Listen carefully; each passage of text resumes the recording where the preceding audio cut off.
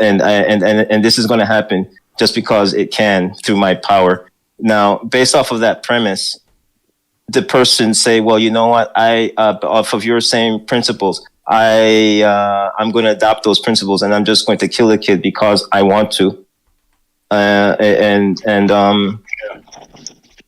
Yes. So you mentioned earlier with killing the kid because you can with abortion, and what? That's are you following me, Greg? I didn't mention abortion. Sorry, I didn't mention that, so I don't know how you're correlating. No, earlier you did.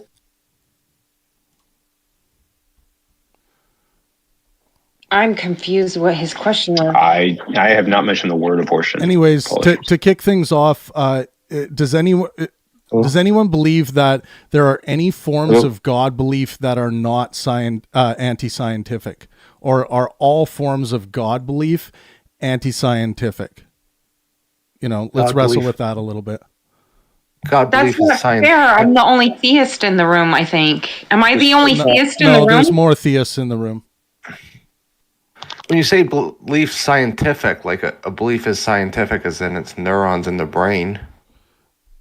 Well, so imagine you have a scientific worldview and your beliefs conform. What you're trying to do is have your beliefs conform to the best scientific models we have that are describing reality. Like for example, if you believed that the fundamental particles, the quarks, were actually diamond shaped, solidified diamond shaped, you would think that's anti-scientific, because it just like it flies in the face of everything we have modeled and know about that particular model or that particular object that we are abstracting from. So and this is what the conversation was about between Lawrence Krauss and Stephen Hicks is, can you have any form of God belief that is not anti-scientific, or at least, it dismisses what science tries to do?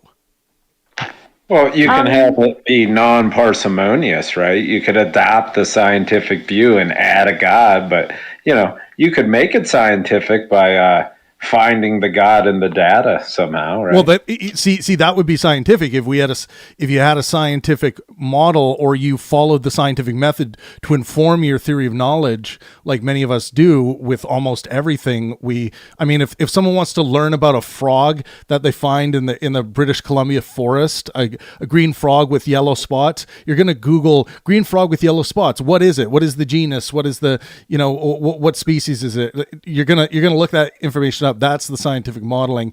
You're not going to say, well, I have faith it's, this kind of frog, or it's the spirit of X, Well, you could I think I'm the only right? You just tack on the God to your Google search, and there you can have. Oh my God! No. Okay, you know what? You're talking like Christians are illogical. Come on. Okay, I guess, again, like, for example, right now I am reading a book by Neil deGrasse Tyson, who happens to be an astrophysicist, because I consider him very important and what he does very important, especially because he brings the scientific to the human realm and to the common man for us all to understand. And I highly respect the man, and he is an atheist, right?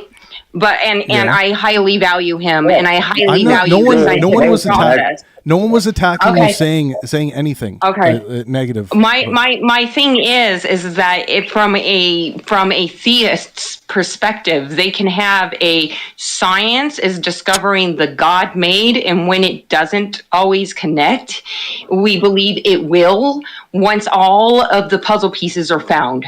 And so the scientific process is worthy, it is correct, and but we are discovering.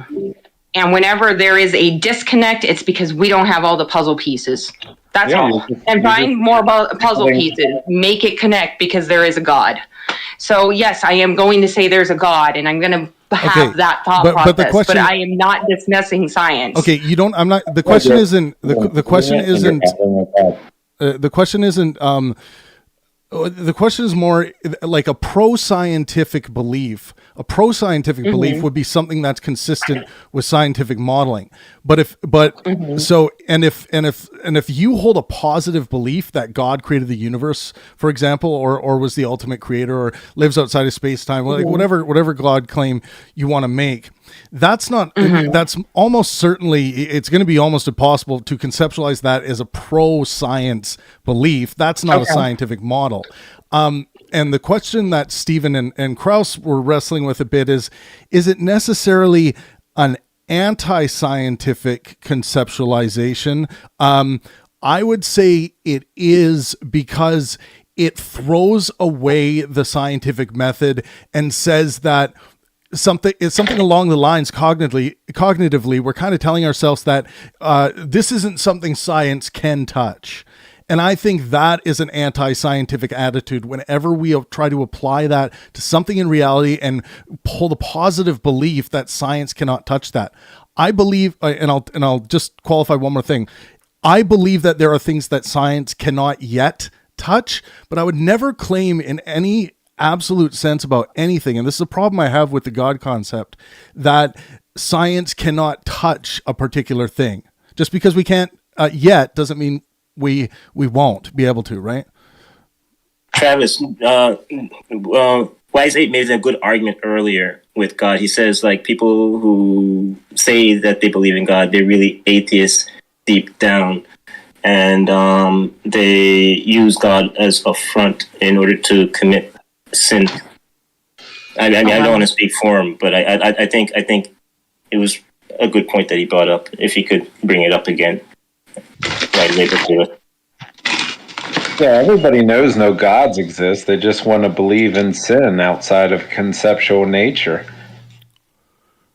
You know, they just want to sin. I mean, they just want to believe in sin. Well, yeah, I believe in God, and I do not want to sin. So, what does that make me? What is difference? What's the difference, Wise, between karma and sin? Well, they want to believe in sin because it makes them like this main character, right? Where they can, it justifies them throwing accusations at other people, where they can justify telling them that they're going to burn in hell for not believing in their God. Okay, and so the self-sacrificial teaching, where they're like, give everything you have to others and to God and sacrifice yourself as much as possible, that's a selfish stance that Christians have. Like, my intent is actually to manipulate and hurt you. That's what I want to do. That's what you're saying, because you're literally saying, I want to hurt people, but I don't want to admit it.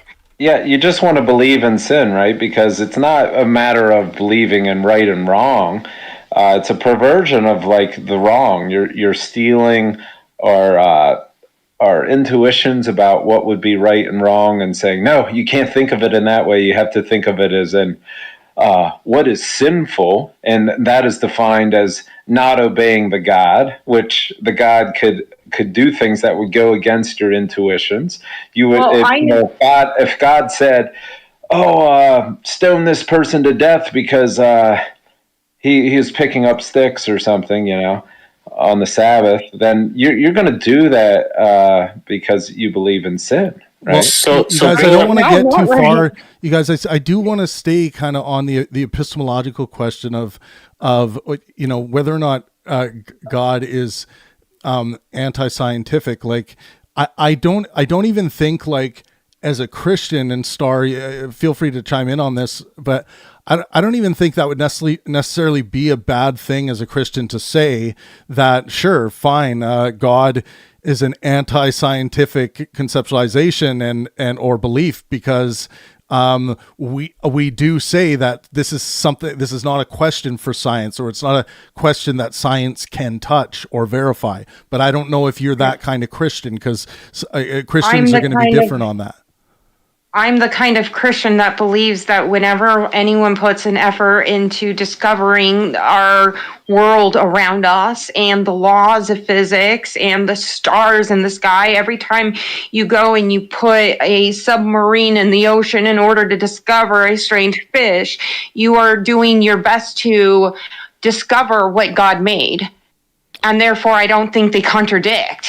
I think that whenever there are contradictions, eventually, if we keep on discovering and keep on learning and keep on using the scientific process, we will get more puzzle pieces and more pieces will fit, proving God. Well, what I would say is that, Wise, I'll let you go right after me. What I would say is that presupposition that you threw in there, that discovering what God made, that God made part, that presupposition, I would say, is the anti-scientific part. But let's let Wise. Okay, so the fact that yes, that's faith-based. Yeah, let's let Wise respond, and then we can get to everyone else here.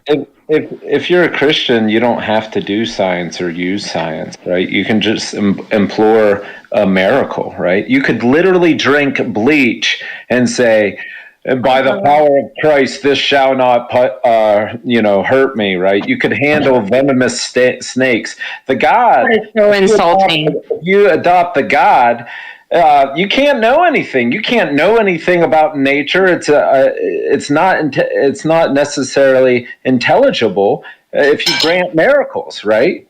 A miracle can break the laws of nature. I think Christian scientists, if they really adhered to their worldview, really couldn't do science at all, because there's this miracle element to reality where the scientific method is useless, right? Because there's abracadabra exists, right? The universe was created by let there be light, abracadabra. Have you ever considered that there is more than 3 dimensions and that miracles come from other, and interact with our own world, and we still haven't experienced or know it all because we are not? Well, Star, I will submit that, yes, it is a faith base. I have a faith in a God, but there's also evidence to God. It's just what, other people look at the... You're wrong about that? Yeah, Star, Star, what I would say is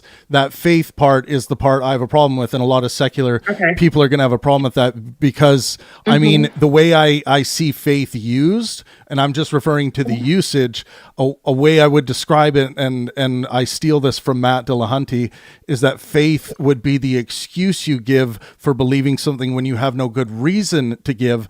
Because if you had a good reason by the standards, and again, I'm talking through like a scientific lens, an objective lens, if you had a good reason to give, you would give that instead. So I don't think faith is a good reason or a good justification for believing anything, but you do in the case of God. Do you use faith as a justification for anything else in your life, or do you just reserve that for God?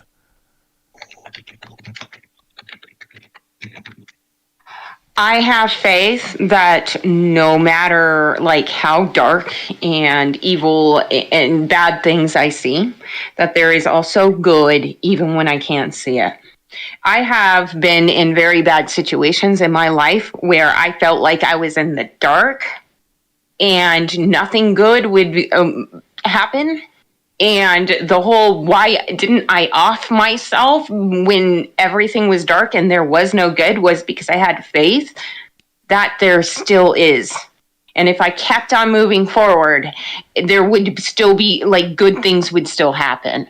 I have to have faith in good. I have to have faith in love. I have to have faith in those things. And sometimes it's faith when you can't see it, but you still believe in it, right? This whole...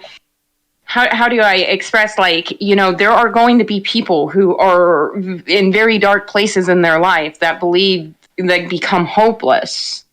And without faith, there is no hope. And if there's no hope, you have no future. You have to hold on to those things. I wouldn't say that. Without faith, I have hope in many things. You don't have to fall down that. I'm sorry, Travis. Yeah. You don't have to fall down that spiral. You don't have to go that way. Right. You don't have to start from that point. Amen. Why would you think that you'd have to start at that point of negativity? Because I've literally been in that point of negativity. So I'm assuming that it can lead to that point of negativity. Whereas if you don't have faith, things start becoming hopeless. Yeah. Okay. So that hasn't been the case for me. Like I've never felt as though I've had faith, at least in the way I described about like that the way I see faith being used in the religious sense, in the sense of belief in God. I don't think I've ever had such a thing in my life. And there have been hopeless moments in my life, but my answer has never been faith. My answer's been something closer to like, how can I garner more wisdom, serve purposes I have for myself in my life, even if the purposes aren't completely rational or reasonable at any moment. I have some kind of goal to be rational too. So like things like this and for me, through my entire life experience, I've never felt a single impulse to go to a faith in God to achieve that.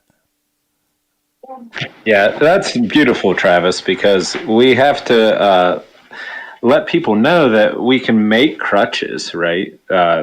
You don't always have to, it's not a false, it's not a crutch. You don't have to follow. Hey, I'm not saying it's a crutch. I'm saying for us, right? We gotta have things to lean on, right? Because at any point in our life, we become disoriented or weary or tired, right? So it's good to have a crutch, right? And you could classify anything as a crutch. I realize that it seems like You're a talking negative about coping, right? connotation, but a lot of times apologists really they force people into nihilism because they teach people that without God it's meaningless, right? And that's a bad thing. That's a bad message to I'd like to give my 2 cents as well. I think that for me, when I was a Christian, I had faith that God had my back. And then as a non-believer now, I just have faith that things are going to work out the way they are because I do things with blind faith. I give a shit because I just want to give a shit because it's blind faith. And then I'll build in some confidence and some, other understandings after that. That's fine. But if it's not up to me in the first place and the universe wants to squash me like a bug tomorrow, I can't control that. And if God wants me to squash me a bug tomorrow, I can't control that. But I don't actually have to have a deity in place, right, to feel secure. I could just feel secure in saying I didn't have control from the beginning. I don't have control now. The universe is going to do whatever it's going to do. And I just need to have faith that I'm just going to kind of flow along with it. That's all. But once again, you don't need a God belief, I think, to have that positivity. God, I don't know how to shorten it. It's all good. Like it's too long of an explanation. Star, maybe like as you think about that, another thing we can talk about is, for the most part, like God belief does come with a lot of dogmatic religious baggage that some people might not believe in, but it's not like you're only getting faith, hope, and these positive utilitarian things to feast on. You coming with it, like in the Christian, the Christians are also served a fear of hell and all of these other things. There's a lot of unnecessary othering in the history of religion that I have a big problem with. I don't see it as a necessary thing for human beings to be doing, and I see it way worse in some areas than others. Like Buddhism, I think, has been a lot more on the positive utilitarian side than Christianity, and so I mean, I think there are even better religions if someone wants to be godly, if someone wants to, I mean, Buddhism is essentially an atheist religion anyway, but if someone wants to feel spiritual and connected to a religion, I think there are better religions on offer than Christianity. So, Travis. Yeah. All right. I got a question for Travis. Would you say that like faith and hope are mechanisms, right? Or they're practices that human beings have adopted, but I feel like theism, they try to claim ownership of these practices or these mechanisms. Yeah. Surely, but that's unwarranted. Like, it's unwarranted for them to claim these as their own and exclusively theirs, right? But I think the atheists and the skeptics just point out that faith as a mechanism isn't a reliable pathway to the truth. It's not. Well, it's not a reliable.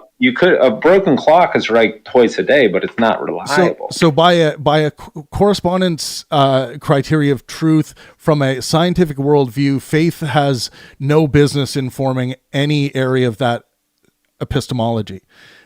Sure, it has no business. But I will say this.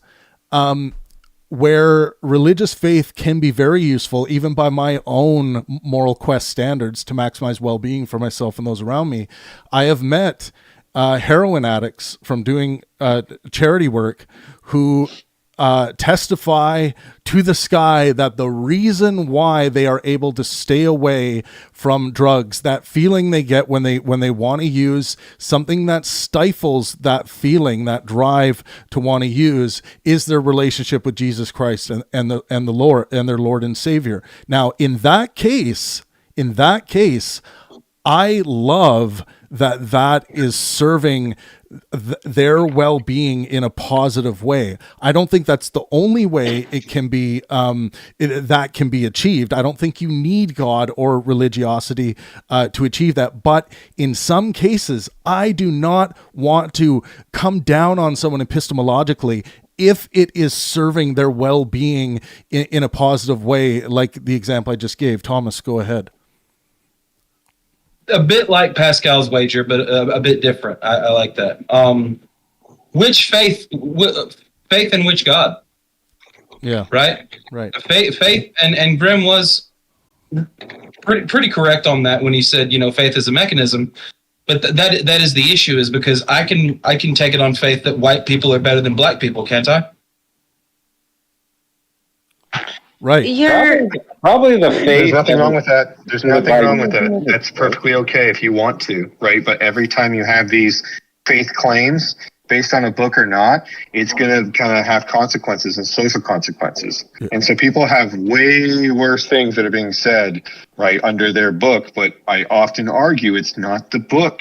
It's the people in the pulpit. They will use anything they can based on any evidence they have, right, to change this. And then down to the individual, those people can also have mental problems as well. So if you think white people are better than black people, or vice versa, or whatever it may be, that's all right. It really depends on the actions. Let's also get off this. Can we please, Star, I'm going to let you go. Can we please get off this hypothetical too? By the way, we are on YouTube. I don't want to use this hypothetical right now because I don't want to get in YouTube's bad books. But go ahead, Star. First of all, according to my book, racism is not okay. So please, at least if you're speaking about Christianity, please stop, because the Bible makes it very clear racism bad.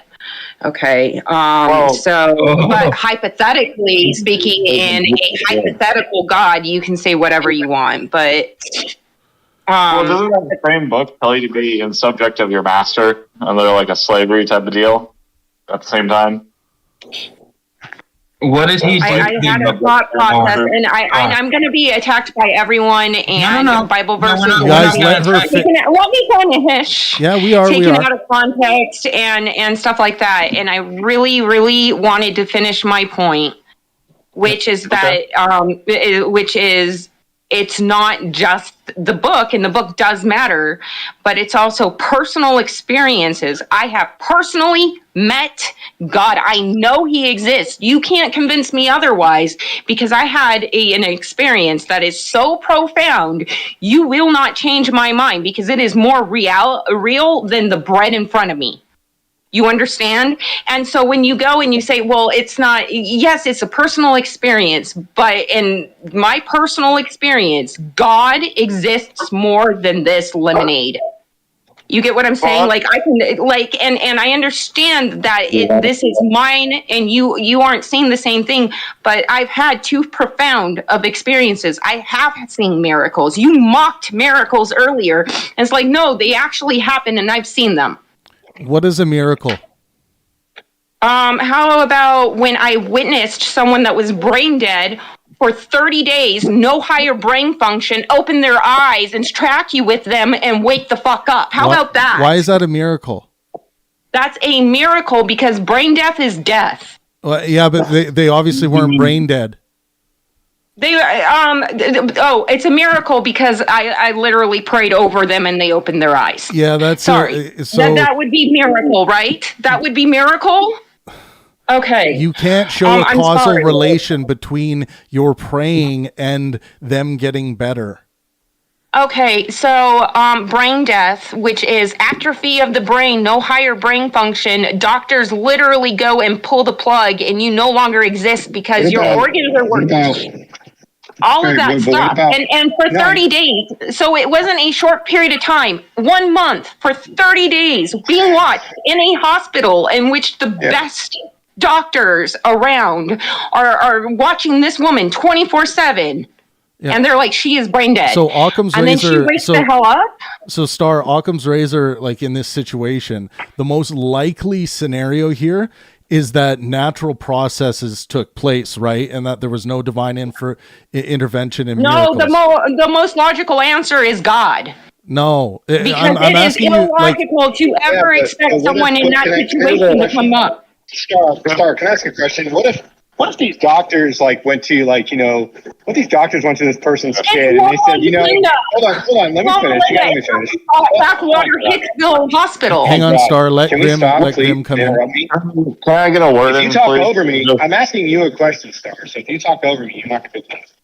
What if these doctors go to a kid and they say, hey, this kid's cancer is in remission. There's no way it's going to come back at all. And then the parents say, well, thank God, let's pray over him one more time and make this cancer go away. And then the next day they come in and it's 10 times worse and the kid is looking at his deathbed. Is that a miracle?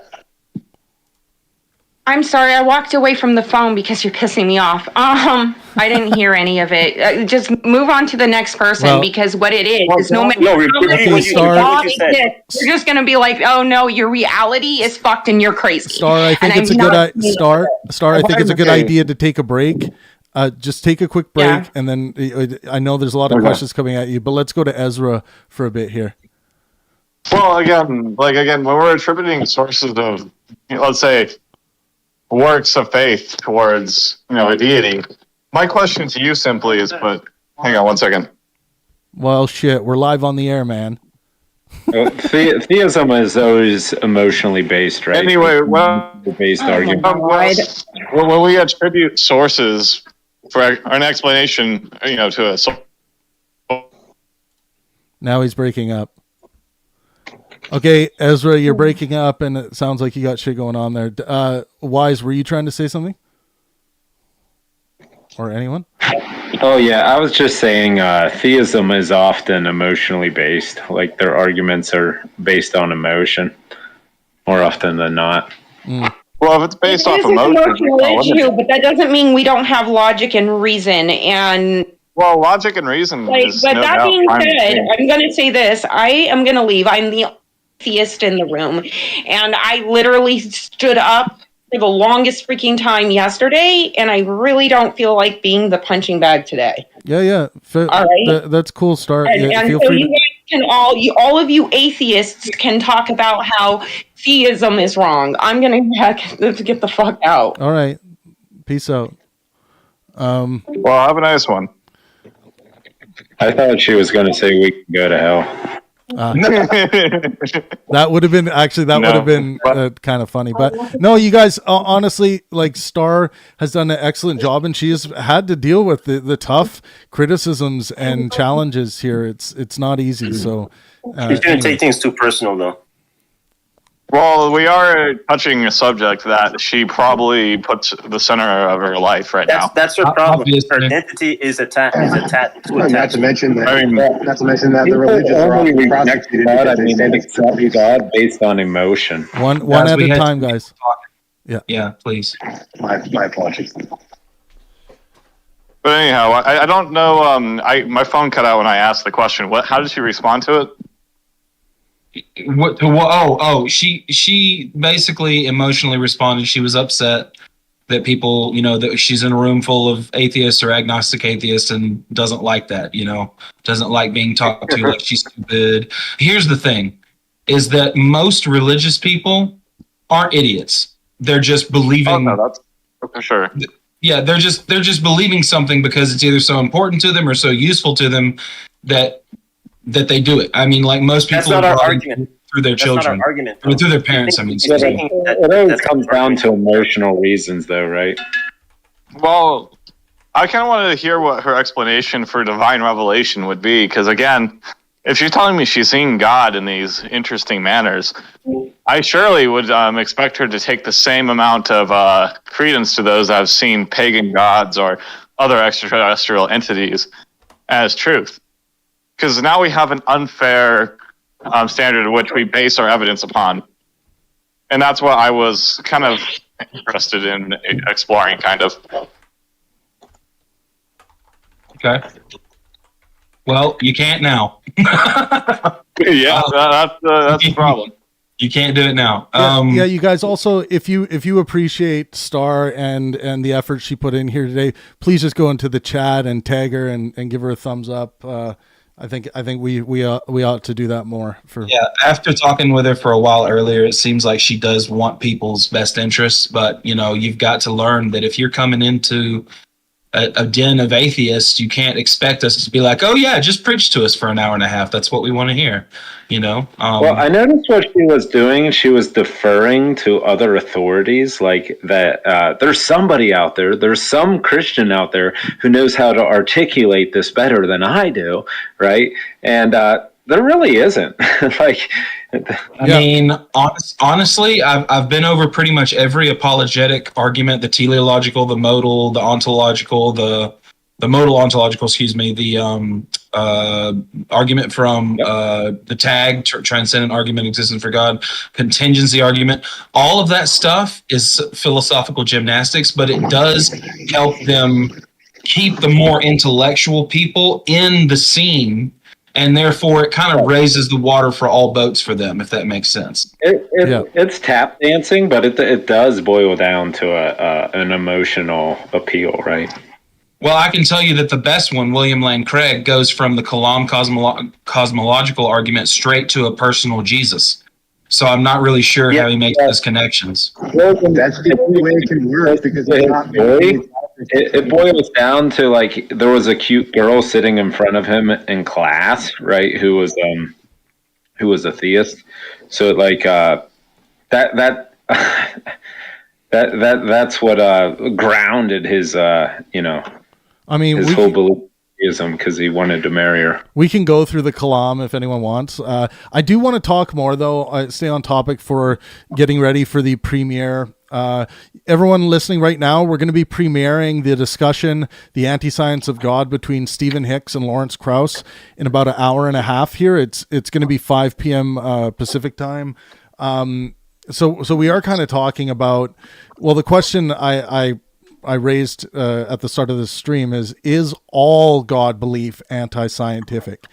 Is any of it scientific or pro-science in any way? For me, I think all God belief is anti-scientific because there is no empirical demonstration. There is no empiricism whatsoever. It's just, what do you think? The best argument that Christians have is that we cannot disprove the supernatural.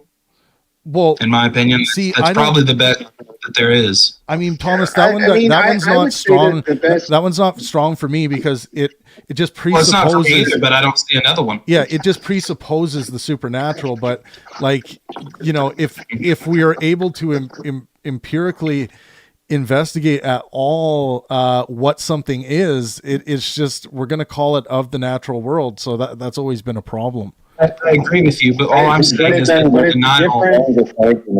a different approach. It's not it is observance and it's hypothesis, but then it's not. Then the way you would plan that hypothesis is not through refuting, right? It's not through proven methods. It's none of that. It's just pure instinct. it's a form of evolutionary logic that they prey upon, right? Which the religious do this too, right? I can get you to join a cult doing stuff. It's crazy. It only takes me a few years because I can prey upon just the basic evolutionary principles for you to start making it a hypothesis and working on logic. So you can go through all this man-made logic, but you'll never find an answer in man-made logic. You'll never will, because it's not man-made logic.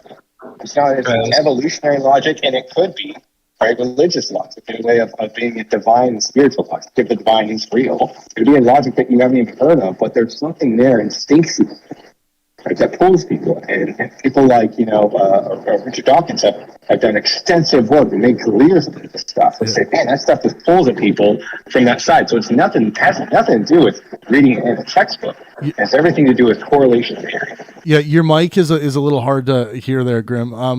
Thomas, you had something there? Yeah, I'm sorry, Graham. I couldn't hear you for a second. I thought you were done. That's my bad. I was just going to say, Travis. If not the super, I know that just because you can't disprove something, obviously that doesn't mean that you can prove it. That's fallacious.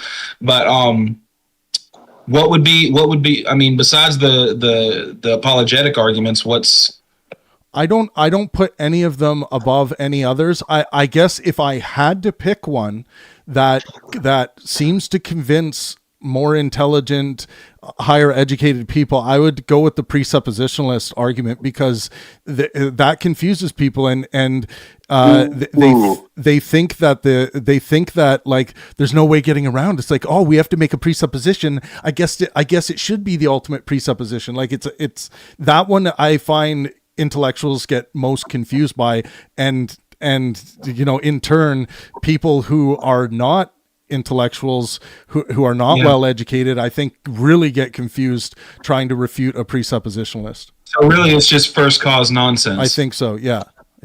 But it's self-evident that no gods exist. Everybody knows this. Well, you say that you say that, Wise, but like many people actually do. Like I know people actually believe a God exists or gods exist. But they reject it, but they're just rejecting the self-evident truth and their unrighteousness, right?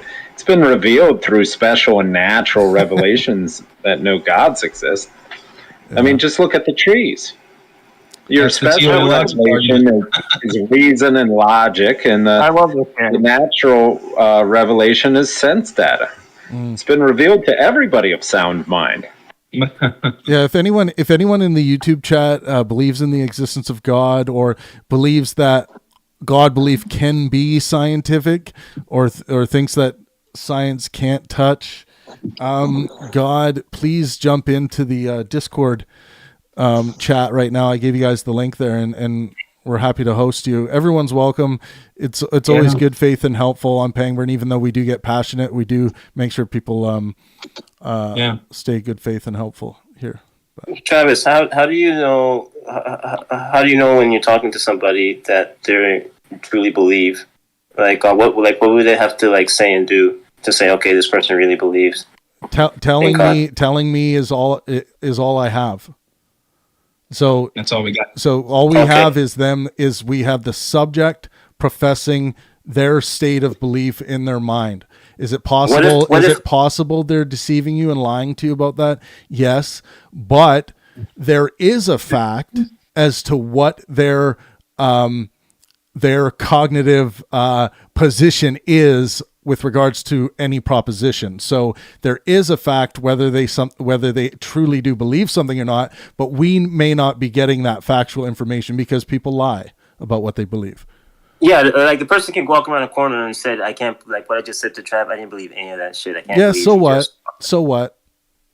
So what? They know the truth. They're just rejecting it in their unrighteousness. Niv, the reason why I say so what is because I have no way of investigating that if I wanted to. I mean, we can catch people like we can catch people where they'll like profess something on some recorded show or to someone's face somewhere else and be like, oh, so you were just fucking with me. You're bad faith. Like, so there you go. Yeah, we can catch people. But like in that moment when I'm in the course of a dialectic and someone's giving me all signals that they're being good faith and helpful in the conversation, and they tell me they believe something, we should accept that they do believe that. And again, if you get signals that someone's being full of shit and they're like, they're bad faith, then you can start questioning their sincerity. But, Getting back to what we were just real quick. Fuck. What were you just saying, Travis, a second ago? I remember you were saying this. I got it now. So the on the anti-science of God, like, I don't even know how to ask this properly. I guess I'm gonna have to pass because I don't have a way to ask that properly. Let me think about it for a minute. Yeah. Can I give it a shot? Yeah. A person could believe in something that you can believe in God and believe in something that's true as well, that you can prove. And so you can have it both ways. Yes, Niv, you can. Yes, but that's not the question we're wrestling with. Thomas, you remembered? You were saying, you were saying, science can't. What about logical reasoning? What about a priori logical reasoning, induction, abduction, deduction? Can we get to God through that rather than scientific evidence? Yeah. So I would only say that I would say that could be the case. That's how you access God. But I think if you make the claim that science cannot touch God, then I would say that would be anti to the scientific endeavor. And that's too meta. You would need proof that you could have proof. Right. Exactly. And then exactly. Then it falls apart. Yeah. It falls apart. Trying to demonstrate any of that. Anybody else that wants to go ahead, jump in. What about old Tuck Bugford down there? I see him. I see you, boy. Hop on in here. What you doing there? Come on, Buck. What you doing in there? Come on now. He may not have his headphones charged. It's Tuckford, not Buckford. I know, but I like Tuck. I like it better, Tuck. Tuck Bugford. It's a Stephen Colbert character too. Come on, guys. Anyway. Come on back. So, the anti-science of God. Yes. That's the thing is that, science will unless we can find an object in reality to measure for any sensus divinatus or anything like that. Yeah. I don't see a way around it. I can logically rationalize through modal logic anything that I want to, right? Yeah. Hey, I tell all my friends I have a super hot girlfriend, right? And they ask for proof, right? And I say, oh, she lives in Canada. Wait, there's hot girls in Canada? Girlfriend does live. Yeah, that doesn't add up. No, if I'm telling you, Travis, she lives in I don't know. My wife is hot as fuck, even when she's like almost ready to give birth. So she is a very, very, very attractive girl. You pervert. You pervert. How far along is she? She is 35 weeks. Oh, wow. Yep. That's exciting. Hell yeah. Religion is a lot of on your cake and eat it too. If something can be explained scientifically that you like hearing, then you'd explain it scientifically. But if something is you want something you want to believe something that's illogical, you could just go, okay, well, it's God's will. So you get the best of both worlds. Yeah. You don't have to be held accountable in having to explain yourself by just saying it's God's will. So one thing that we can also bring up, Niv, great point, Niv. One thing we can also bring up here is that during the conversation, Thomas, you were there. The Isot Gap came up. Thomas, do you want to describe what the Isot Gap is to people? I can, because I had no idea at the talk what was going on. So the Isot Gap was first, Socrates, Plato, and Aristotle were probably the first ones to really think about it. But David Hume was a big part in analytical philosophy talking about this. And basically he was saying descriptive facts are not normative facts. And what that means is, so let me give you an example. I am running into traffic, or I am running into traffic to save a child. I should run into traffic to save a child. The is the what I am doing. The should is my normative prescriptive stance on whatever I'm doing, or someone else's stance on what I'm doing. So there's got to be a way to get from is to ought without just preference. There has to be some kind of mediator or mechanism that gets from the is to the ought. That's the problem. Right. I can explain why he should, because it's part of. I thought you said the name Okay. of the tree. It's part of human evolution. Does that mean? Kernel of truth. We're getting your bleed there. Isn't it? Super Mario. So Mario, can you hear us, bud? Sure. Sorry, Yeah, Mario, I'm gonna. Yeah. I'll just Thank you. mute him.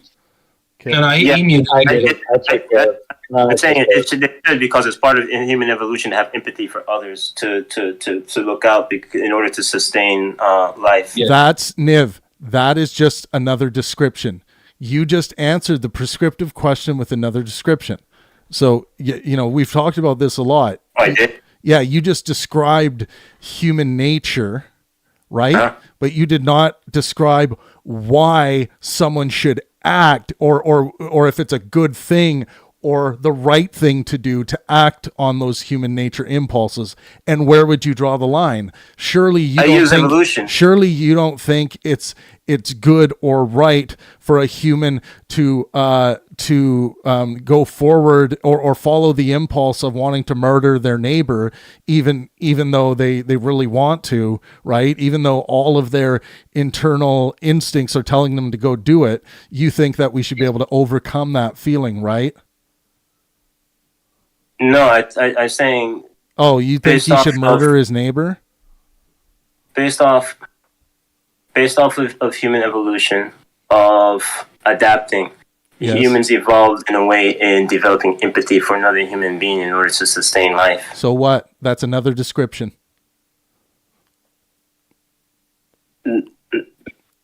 Yeah. So the question is, and the person on YouTube asked the right question: why ought someone follow their evolutionary drives? You need to, if you want to solve the is-ought gap, you need to show me something that points to why it's objectively true that we should do the act.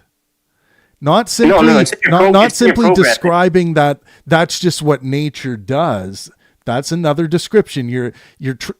People do this all the time when they think they've bridged this gap. They just make another description and they think it's a prescription. And even though the description might be at the very emergence of our consciousness, maybe that's where they are describing this fact about reality, and they think that they've solved the is-ought gap. But all we've heard throughout all of human history to now is just more descriptions stacked upon more descriptions stacked upon more descriptions. But at the end of the day, the subject has to decide what is right, wrong, good, or bad. And that's the difference between prescriptions and descriptions. Yep. So that's the, anyways, what I wanted to bring up, something very interesting in this conversation we're about to premiere in a couple hours here. Stephen Hicks believes that there is a solution to the is-ought gap. And everyone will have to, have their own say as to whether they think he was clear on what that was during the course of this conversation. And Lawrence Krauss is not convinced. So this was a point of disagreement for them that we're going to be able to see in a couple hours here. Yeah. I mean, what are our shoulds, right? That's going to be, hang on, Niv. What are our shoulds? What are our normative stances on things? Because that's what is going to basically power our ethics, right? Well, I was going to ask you, Nivik, what Nivik, come on now, you're better than this. What do you think you should do? Is there anything in this world that you think you should do? Yeah, because that's my human evolution. Yes. Okay. That's how I evolved. I still think that may be that's how nature created me. Yes. No. Do you think in adapting and evolving? Do you think in your life that you have any shoulds? Like I should do this. What would those be?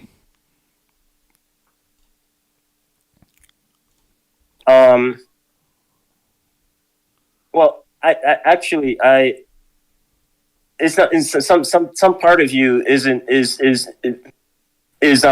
not of your. Some parts of you to live is not of your will. Your brain makes you breathe. It there's a lot of things your body does on its own. I agree. Where so it's not always a question of you. It's just an evolution. So, I agree, but you're still not telling me a should. I'm saying that same thing is separate of me. Like the things that my body naturally do, that's not of my will. It's for me to survive. Let's just assume we have will in this conversation. We can't disprove it. Let's just assume we have will. Okay, we make decisions. Okay, I'm going to where there's no will. You're going to determinism straight off the bat, huh? I'm going to a point where your brain can, like makes your heart beat and it makes you. There's a lot of things going on within your body. In you know, like for that's programmed for survival, for you to survive and thrive with your immune system and your digestive system, like and a lot of it's complicated. We know this, brother. We know this. Do you think that should be the way that it is? It just is, because the potential there is for it to happen is yes. So yes. Okay. So that okay, there you go. So that's one should. This conversation was had with Data and the Borg Queen. Actually, she was telling him, he was telling her what he's doing is wrong, and she's like, "What are you talking about? Like, what I'm doing is right. It's right logically." And he says, "Well, I don't feel like what you're doing is right." She says, "That's because you're not properly stimulated to do so." Meaning that you're not programmed to do so. You haven't evolved in an evolutionary way, which was I think that was a cool answer. You didn't evolve in an evolutionary way in being stimulated to act this way. So I'm going to reprogram you. I'm going to redesign you according to according for you to be this type of being to agree with me. Okay. What do you think, Thomas? I can say I should right now. I should not treat people unfairly. I should not act as though I'm smarter than everyone. I should not rape children. Yeah. There are plenty of shoulds that I live by, and those are my normative prescriptive stances, born of my moral intuitions. That's your evolutionary stimulism. No. I mean, you're getting into a lot of evolutionary psychology, Nivik, and we don't know that stuff is a hard science, so it's a lot of guesswork. Yeah, but also, yeah, like Niv, there are so many things, Niv, there are so many things that you stop yourself from doing, right? That you have impulses to do. Now, you might say that's part of your experience and your evolutionary process and your genetics and everything that's influencing you from your, the meme level versus gene level Mm-hmm. conversation. So that's fine. But when you're deciding, when you're wrestling with the trolley problem or any kind of ethical dilemma or moral dilemma, and you're kind of flip-flopping back and forth, deciding what's right or wrong, deciding what's good or bad, you are engaging as a subjective moral agent in the realm of ought in that moment. That's what we're talking about. There is no objectively right answer to those problems. If you can find one, you win the Nobel Prize automatically. You probably have solved the greatest riddle, the greatest riddle that we've ever faced. It's big. The Isot Gap is a big fucking deal. We know other people who think they've solved the Isot Gap too, but we do. I'm not naming names. Nivik, you got to. I'm gonna let you. Nivik, please, Nivik. I'm just asking you as a favor, as a friend. Please let people finish. I know you're gonna forget your thought or something, but just slow down, okay?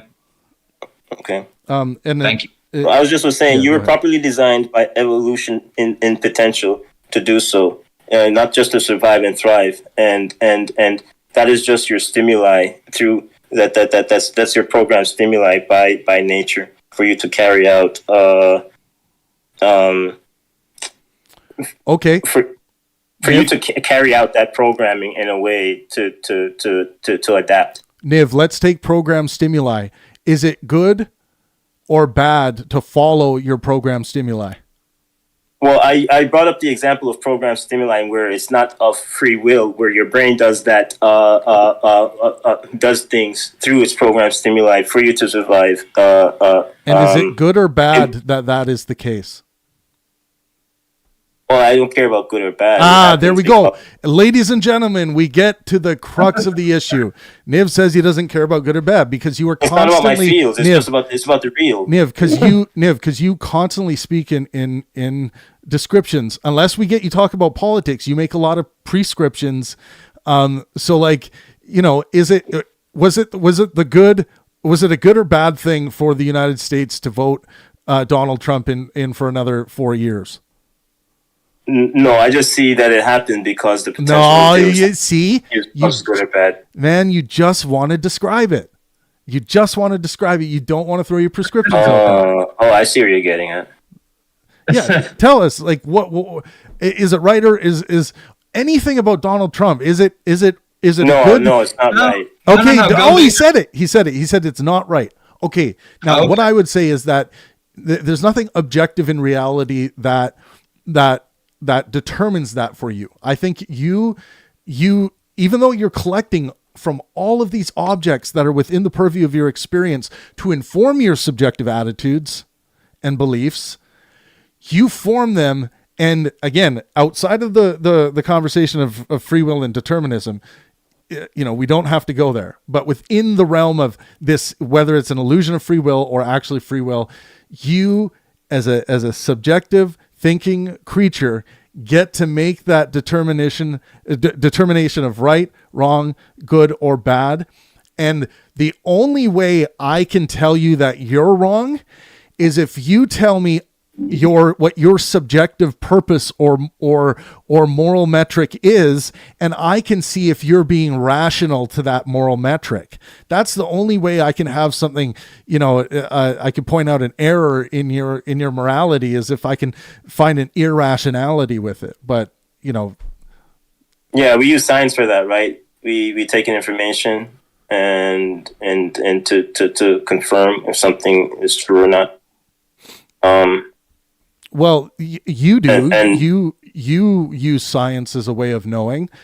A lot of people only do that with particular caveats. Like they'll be like, during COVID or whatever, they'll be like, yeah, I use science as a way of knowing so long as the science seems coherent to me. Now that's deadly because there's a lot of things in science that will not seem coherent to you, but they are as rigorous as Einsteinian, gravity.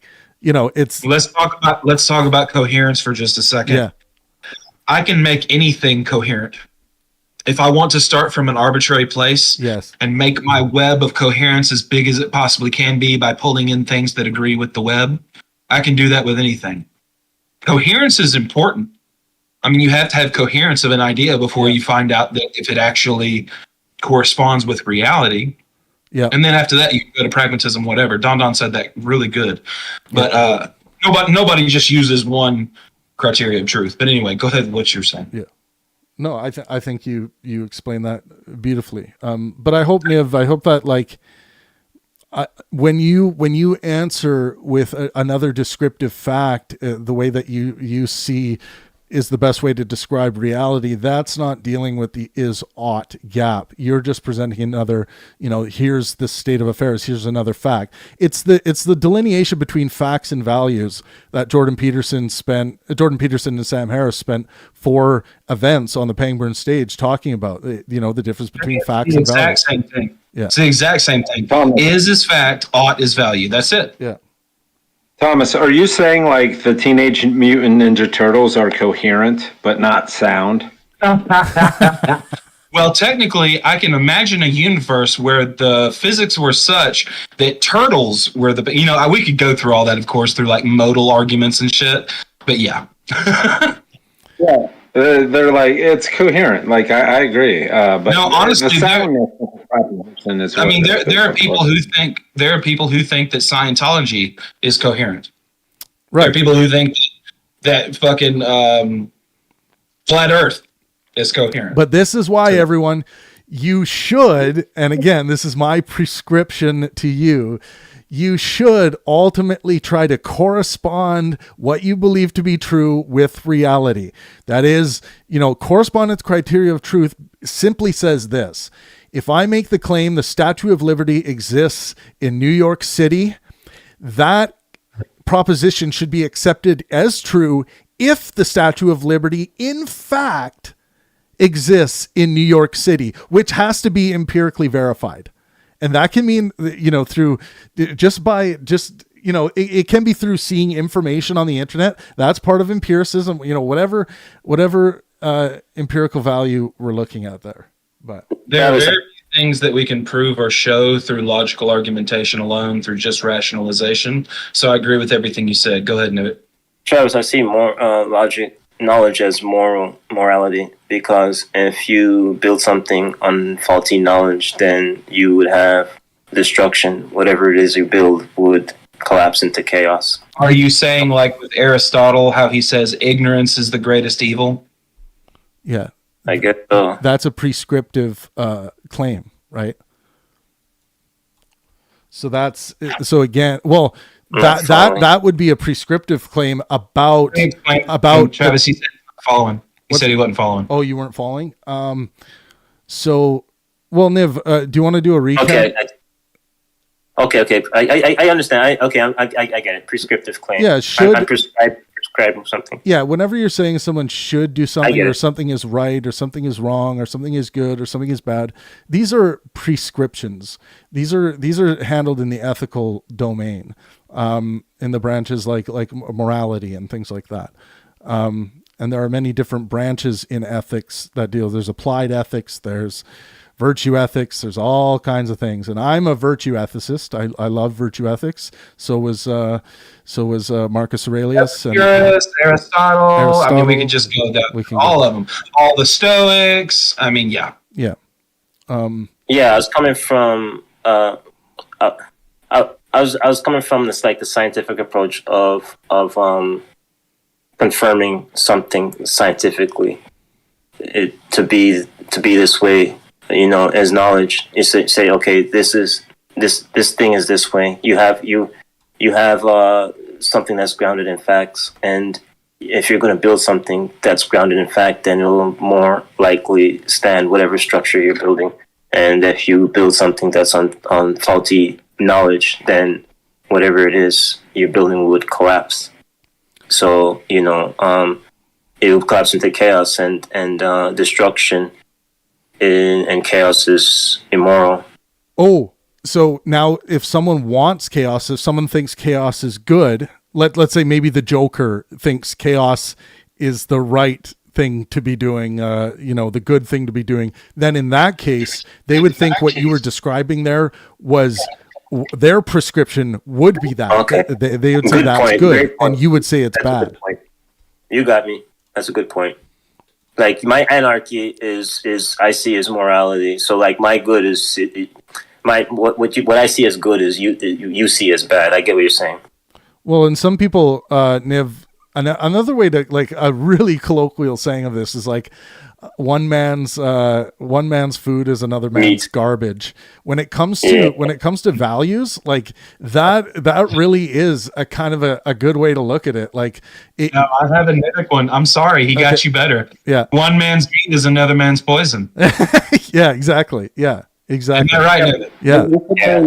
You can always mess up garbage to make it look palatable, right? Yeah, you can. Yeah. So, like, you could take a trash can, smear icing around it, and serve it at a birthday party, right? But once they slice into it and realize that it's full of trash, then they've had too much cake at that point. And I think that's what a lot of the scriptures are, right? It's trash that has been made palatable by a lot of apologists. Or they're so scared of starving, they're going to eat the trash. Let's throw that into the analogy. Well, I mean, you don't want accountability for your actions, so you just blame God and the devil, right? Well, I mean, that's not what all religious people do, but yes, some of them. You do this, and when it goes to shit, well, it's desperate. You scapegoat this person. If you can't scapegoat, well, it's the devil that did it. So what about you? Well, you had nothing to do with it. Nope, not at all.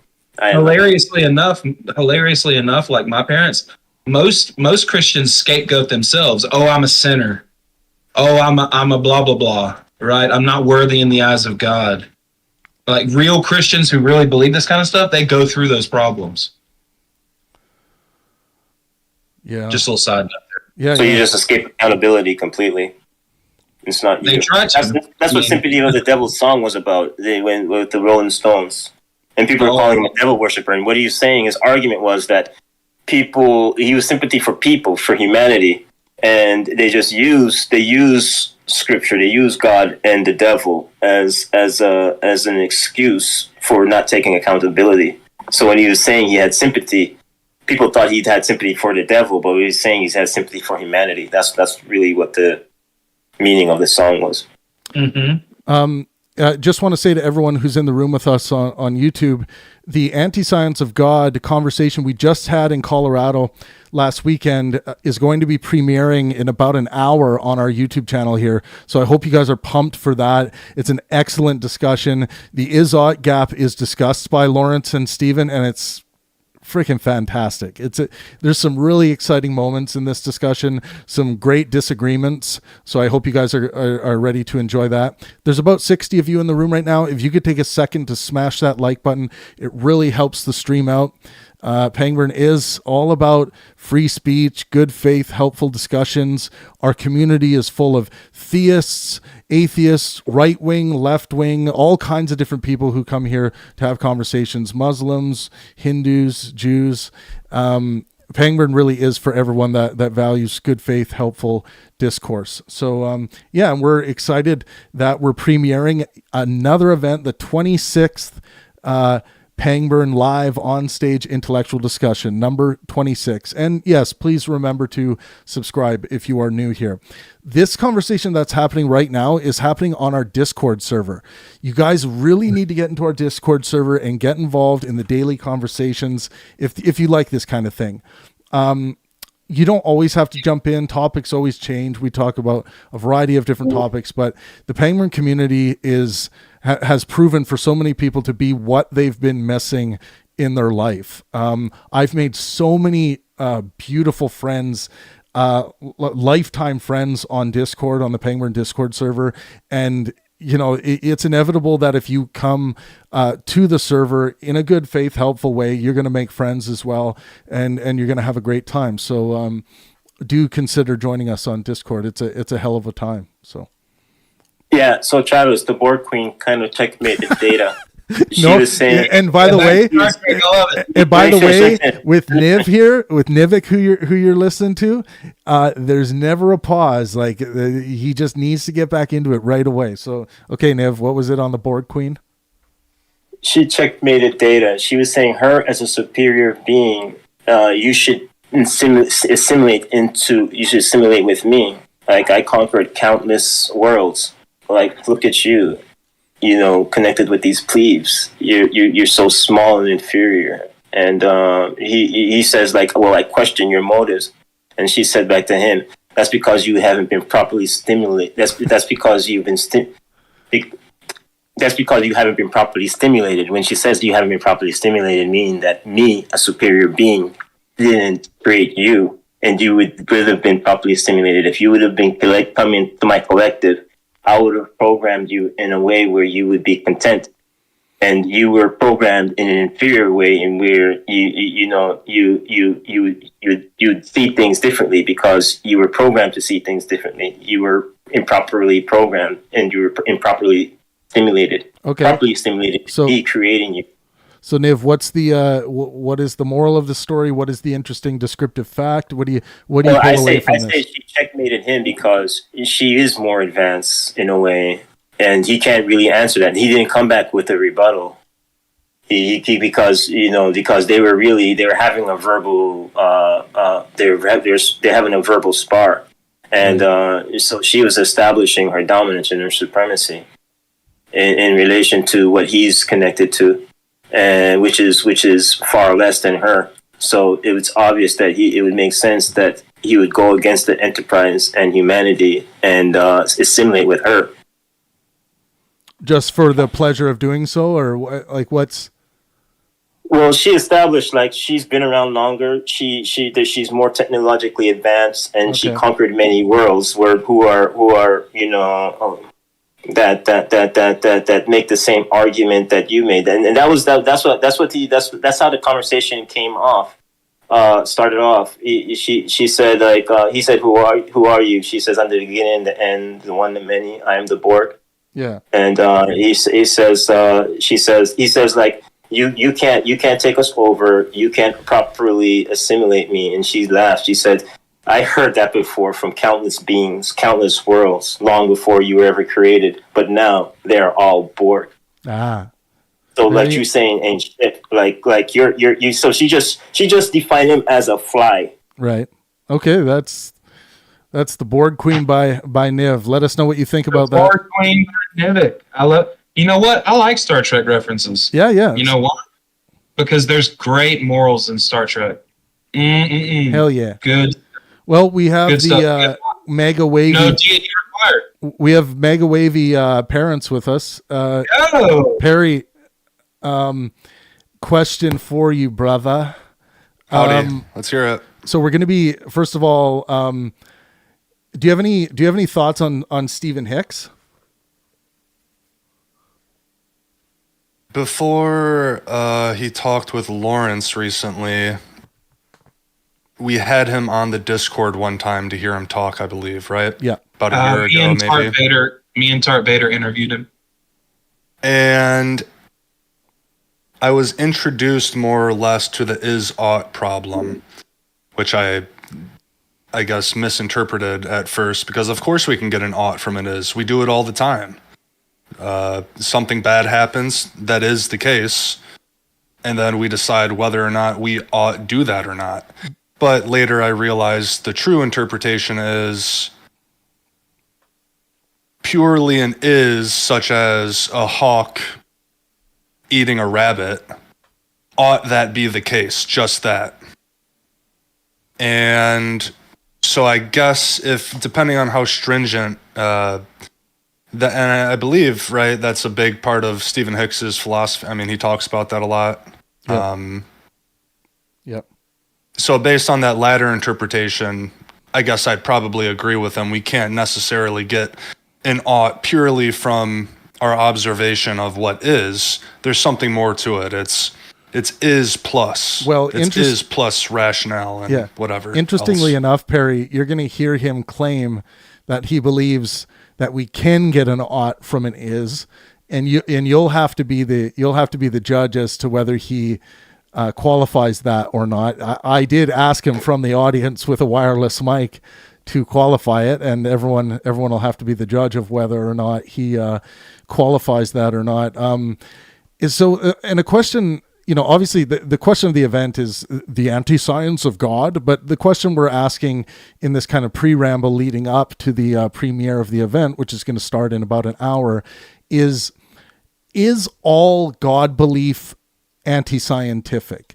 does all God belief is that belief in and of itself anti-scientific? The reason why I ask it in that way is because a lot of people, when they deal with any form of God belief, they'll be like, well, I think God is that thing that we can't touch, and it's it'll always be in that gap, turtles all the way down, so they'll think that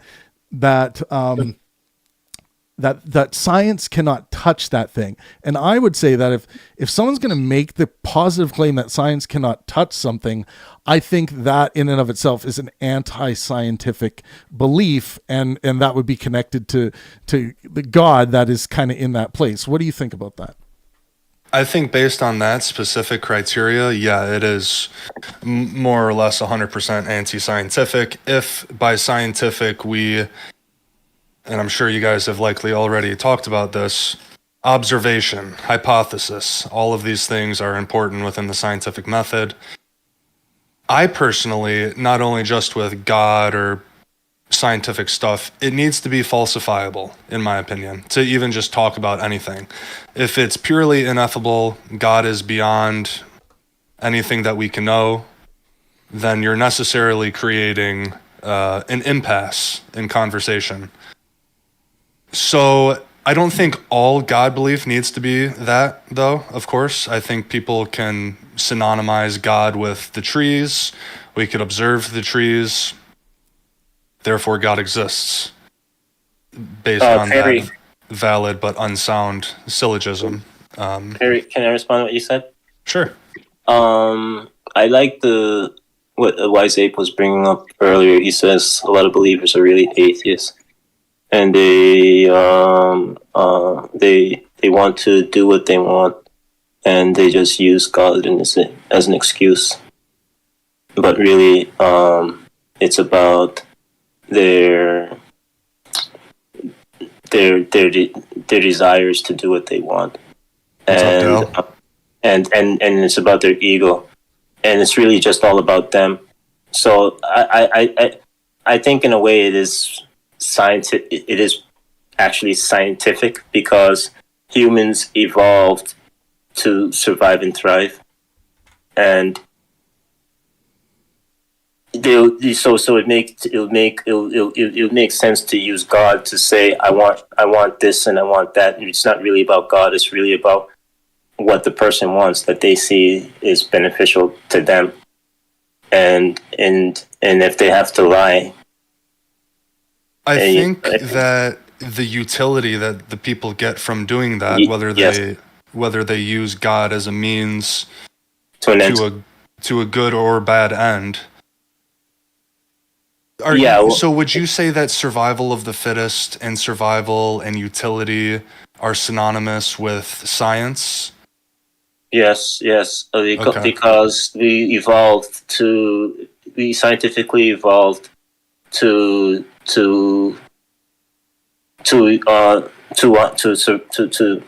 survive, to want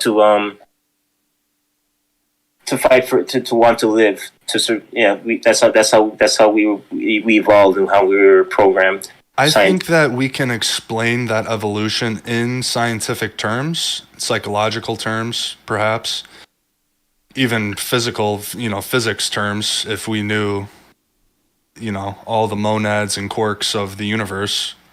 But I don't think that the belief in the utility that those people get are scientific. I think we can describe that whole scenario scientifically if we knew, if we were omniscient enough. The movie Interstellar?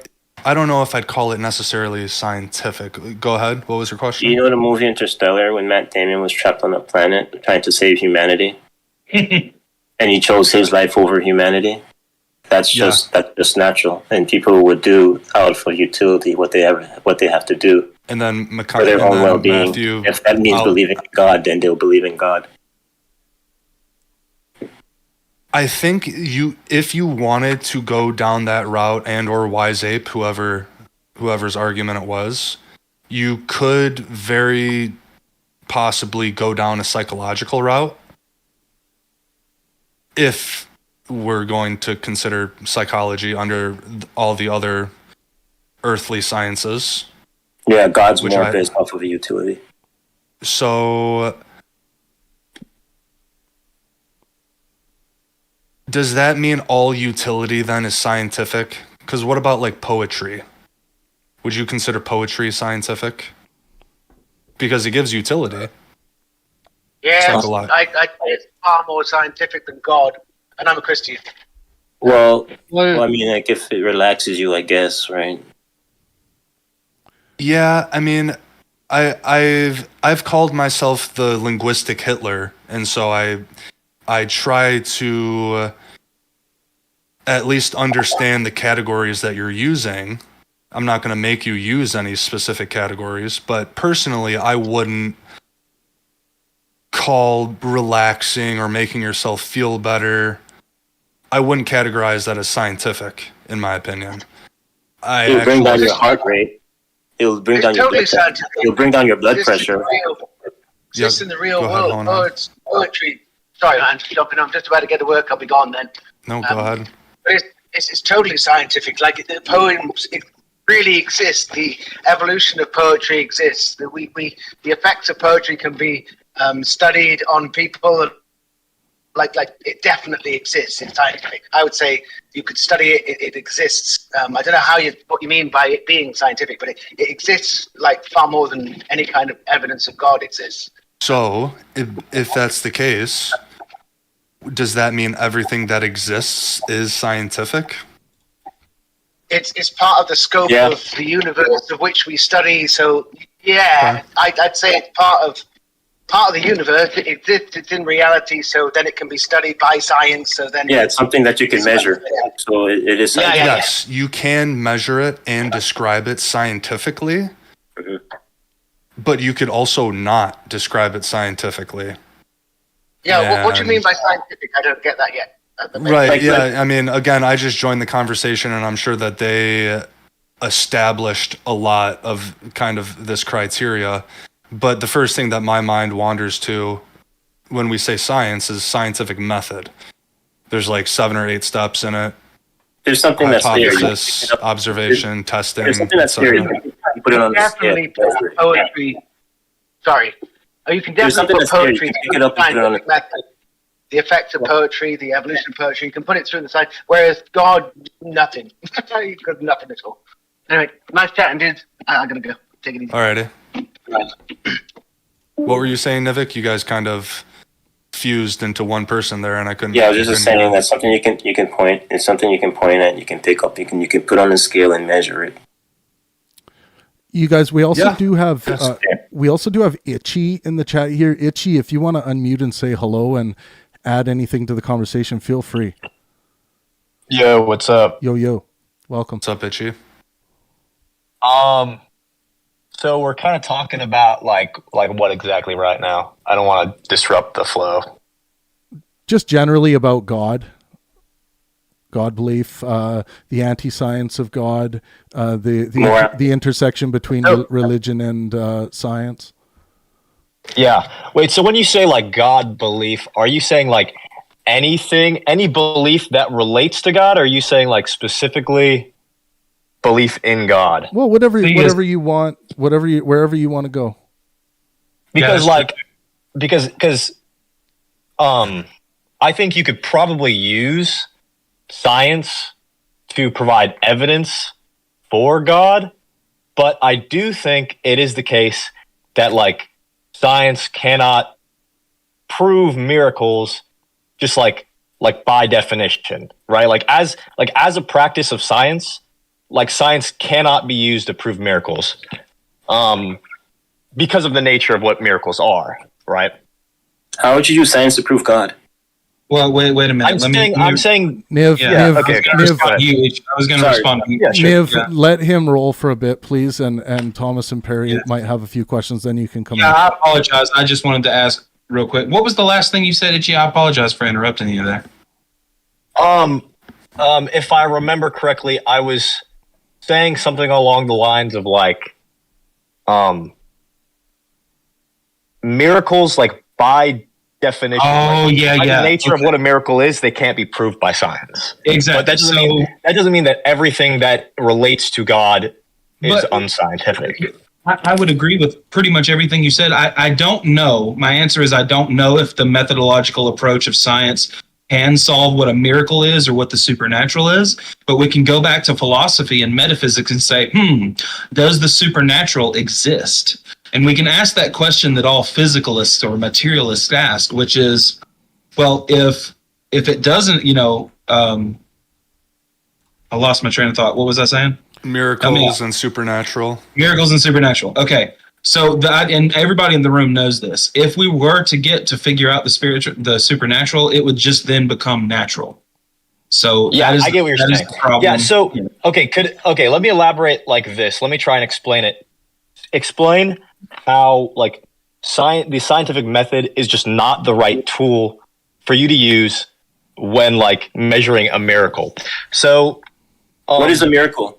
Niv? So a miracle so a miracle is like divine intervention from God. It's something that happens on the backdrop of like normal everyday quote unquote laws of nature, right? So God, it's basically like God's trying to send a message.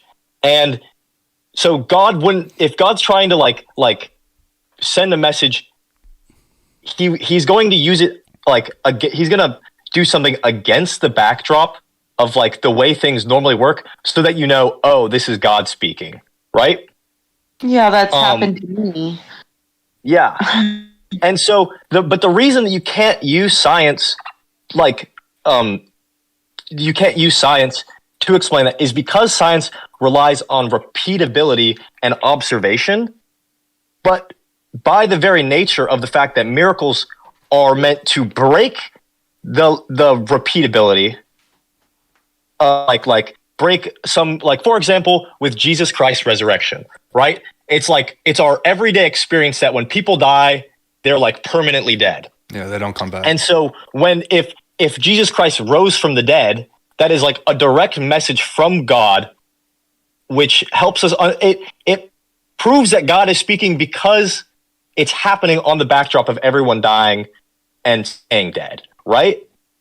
Can I respond? Let me just finish. I'm almost done. But what I'm saying is that specifically because it relies on that backdrop, you can't use the scientific method because the scientific method relies on observation and the repeated nature of something. So it's literally like using the wrong tool for the job. It's like me asking you to solve the integral of some function using the literary method. Yeah. It wouldn't work because it's not the right tool. And the reason we know it's not the right tool, again, just to really solidify it, is that even if if we take any miracle, right, and we try and analyze it using the scientific method will never, ever say that it's truly we'll never, ever be able to prove it's a miracle because of how miracles work. That is true. I don't think there has ever actually been a miracle then. Well, here's the thing. I'm sorry. When can they give it? I understand. Okay, go ahead. I understand. One of you go. One man's meat is another man's poison. A miracle could happen in a way where it might be seen as a good thing and a miracle to you, and not to another. Like a bad outcome could be. Okay, yeah, that's. Let me finish. And, yeah. Okay. Sure. Go ahead. And when it comes to something rare, you could look at something up close where it looks like it's chaotic. And what's happening is rare. But if you can zoom out, then you can see a pattern and see that it's something that's repeatable. And it's because a lot of times people think that there's not a pattern, but a lot of times there is. If you would have zoomed out, you know what I mean. So okay. No, I get what you're saying. So you're saying that there are a lot of things that happen that people call miracles, and they might not necessarily be miracles because you might find that there actually is some pattern or some explanation. What about genuine miracle? Yeah, no, like I believe general, like me, of course I believe genuine miracles can exist. Like what, I don't know what your name is, but what you were saying earlier about like, that just means that that people are prescribing something to be a miracle that's maybe not a miracle, but that doesn't mean that miracles can't actually exist. Well, for example, and I understand that a lot of times miracles are personal. For example, you know, because when God's speaking to you, he's speaking specifically he's speaking to you, right? And there are shared experience miracles, but there are personal miracles. These are personal, Star, but are they not, until we can verify that they are mind independent, are these things not just mind dependent? Like happening within your mind? Logically, okay, let me try. I will condense it as much as possible, but let me give you a scenario that genuinely happened, and then you tell me, like, how the different ways in which it can be perceived, and which one's the most reason. Okay, since you want to use Malcolm's razor, right? Malcolm's, yes. And so, okay. And so here I am a child that went through child abuse, and it is bad, and I'm being raised by narcissistic parents that shove me outside and tell me to sleep outside with the dogs like the dog I am, and to eat food off the floor like the dog I am, and starve me and lock me in closets, right? By the way, one thing, Star, anyone who's ever done that to you or any other child deserves to be punished severely for that, in my opinion. Yeah. I agree. I understand. And this is real, and I'm brushing past it very quickly, but it was very traumatic, and it went on for a very extended period of time until I felt as a child that there was no one in my corner who loved me, understood me, and that I was basically a cosmic joke. Okay, and here I am, a 12-year-old kid, just thrown outside, cold, in the middle of the night, hungry because I didn't get to eat, barefoot, and told to sleep outside on with the dogs like the dog I am. Yeah, that makes me sick to hear that. Anyone who's ever suffered abuse, none of that should have happened to you. It's not right. It's not good.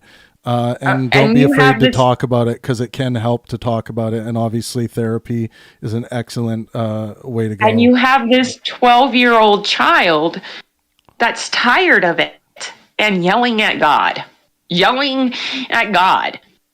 Okay, like, why am I here?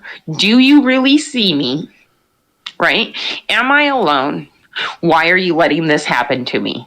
Why doesn't anyone love me? Am I just a cosmic joke? And you are screaming into the universe until you are exhausted and you are tired and you are just like all the hysterics are outside of you and you can't even breathe anymore, and you just like there's no more energy, and you finally calm down.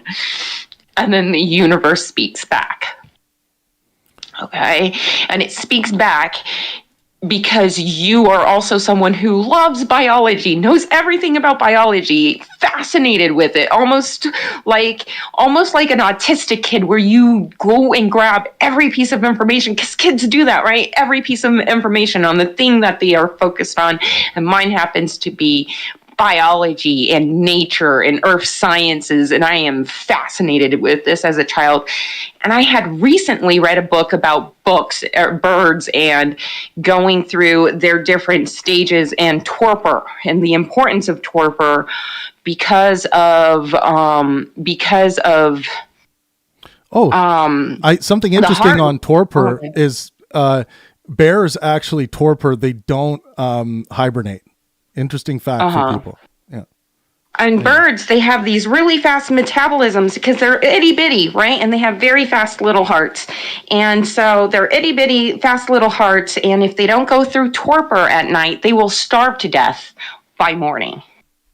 Right? Yep. And that's why your little diurnal birds fluff up their feathers, tuck their heads in, and go to sleep at night, especially on very cold nights, right? And here I am with a kid, exhausted and tired, yelling at God. And then there's these two songbirds. Okay, and that's not unnatural yet, but it's the middle of the night, and there's these two songbirds, and they come and they land right next to you like you are freaking Snow White. And they start singing to you. And at first you're like, I must be near the nest, and they are trying to lead me away from the nest because songbirds do that, right? They must be leading me away from the nest. You know, and that's why they're showing themselves to me, because I am presenting as a predator, because I understand nature because I love it, right? I love nature. And so I'm like, okay, songbirds, I will move. And I have a 1 acre yard, and I am moving around the yard, and they are following me in the middle of the night and singing to me. And I still don't get it because I'm a kid. And I'm like, I don't like, oh, maybe I went the wrong direction. So I move directions. I keep on doing, I move as far as I can. And they follow me, and they follow me, and they follow me. And I even scream and yell at them. I'm like, I don't know where your nest is. And I jump at them, and they fly up into the air, and then they come back down. Yeah. And they come back down, and they land next to me. And then it hits me like a still small voice. The Bible verse where it says his eye is on the sparrow, and that's how you know he's watching over you. Yeah. And these are sparrows. Right. Okay. And so now these sparrows are not leaving me alone, and they are singing to me. And that is, my eye is on the sparrow, therefore I'm watching over you. And I'm going to take care of you, because there's over another sparrow verse that goes and says, and it all comes to your mind, it all floods in. The Bible verse that goes and says that, you know, he takes care of the birds of the air, even though they don't work, they don't do anything, he still takes care of them. Yeah. So he'll take care of you. And so it's like, don't worry, I'm watching you, and I'm going to take care of you. When I asked him to prove himself and that I wasn't alone and that he was going to watch me and take care of me. Right. And those birds stay with you for the entire night. You fall asleep, they're still there. Right. You wake up in the morning, they're still there. They sing to you until you say, thank you, Jesus, I understand. And then they finally fly away 45 minutes later. Right. It is unnatural. So can I say something real quick before someone else says something? No, I want to read something in response. We'll get you in, Itchy. Okay, sure. Soon. So I mentioned Occam's razor to you earlier, Star. And I just want to read it for the room and for everyone on YouTube, because we're all about learning and sharing. And thank you for sharing your experience, by the way. So Occam's razor is a philosophical principle often used as a heuristic guide in scientific reasoning. It states that given competing hypotheses, the one that makes the fewest assumptions is preferable. Essentially, it suggests that the simplest explanation, or the one with the least complexity, is usually the best starting point until further evidence suggests otherwise. The principle is attributed to the 14th century English philosopher William of Ockham, who argued that entities should not be multiplied without necessity. That doesn't mean the simplest answer is always correct, but rather that unnecessary complexity should be avoided. It's particularly useful in scientific and philosophical discussions to help narrow down explanations and theories. Now, what I would say about your experience, just from my perspective, listening to what you were saying, I think it is much more likely that you dreamt all this, for example. Even dreaming waking up, I think it's much more likely that you dreamt this than this actually happening mind independently. I'm not saying it's impossible that this happened to you, but I think in the way that you attribute the religious text to your experience, people do this with all kinds of things all the time, where they will read about something, or they'll all of a sudden start getting into UFO. If I woke up, one second, they'll start getting into UFO documentaries, and then all of a sudden they are part of the people that see UFOs all the time out there. So it's like, I think this kind of information that seems very meaningful and deep to us can sometimes affect our experiences in a very real way to us, including perhaps confusing whether something is mind independent or mind dependent. So happening within our mind or outside our mind. So for me, my Occam's razor, listening to your experience, I think that it's most likely that you either dreamt this experience or you kind of filled in the spaces here where these birds were doing something seemingly unnatural when really maybe they were just acting naturally, but you read something into that experience. All right. Well, the maybe I don't understand nature well enough is a good enough argument. The whole I dreamed it wouldn't be true, or you would have to throw that one out when you realize I woke up in a different space because I moved my thing multiple times, and therefore, like, if I had fallen asleep and dreamed this, I would have been in the original spot instead of where I moved my bed after multiple encounters with the bird. Not.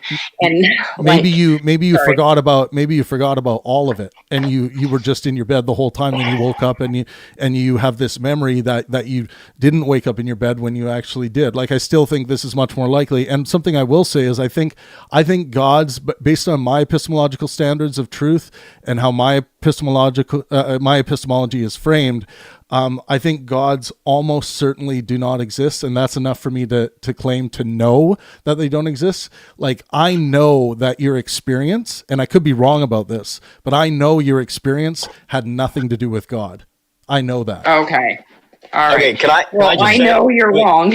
Well, there you go. Yeah, we have competing epistemologies here. Yeah. Yeah. I was going to say, like, you're using Occam's razor, but it kind of seems like you're including extra evidence, right? Like Occam's, you're reading out earlier. Yep. Occam's razor, like until like further evidence is added to further analyze like the situation, and it kind of seems like you're using your belief that God does not exist, and then you're kind of like forming an explanation that the most likely scenario is that it had nothing to do with God, or that it was a dream. Well, but like I don't think it's necessarily the case that, you know, birds going up to her and singing is so unbelievably unlikely that it just had to have been a dream, you know? No, or that little majority, fact, or like it's most probable that it was a dream, you know? Well, that little fact isn't obviously going to be a problem to me, but it was the collection of the entire experience that I was responding to, and the epistemological part was just part two, saying trying to help understand when I'm hearing God claims where I'm coming from epistemologically. I just wanted it to be known that I have reached the point where I do claim to be a Gnostic atheist, where I do know, as much as I know that fairies do not exist. So if you told me a story of where, you know, the same thing happened, the same story that Star just told, and fairies appeared to tell her that her life had a purpose and meaning and everything was going to be fine,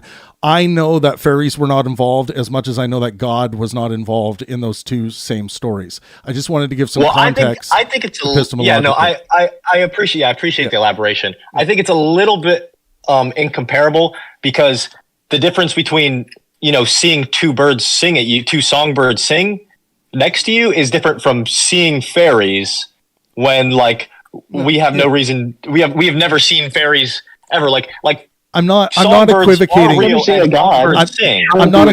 I'm not equivocating the birds to the fairies. I'm talking about the God, the invisible other, and the fairies. But here's the thing, though. That part about God being there is more like an interpretation of what happened. So, like, sure, I completely agree. That's her experience. Yeah. That's her experience. Yes.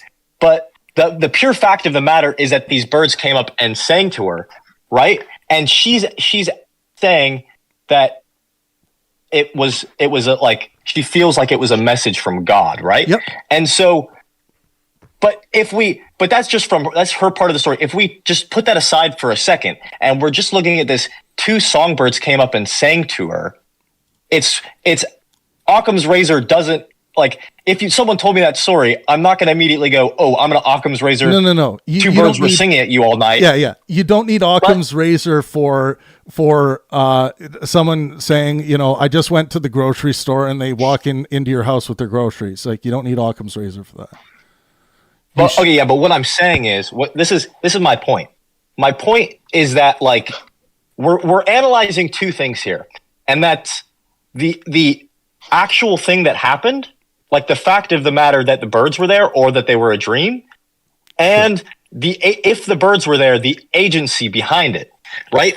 So what's happening is, if you're just looking at the first part, the fact of the matter, right? We don't, like, the Occam's razor doesn't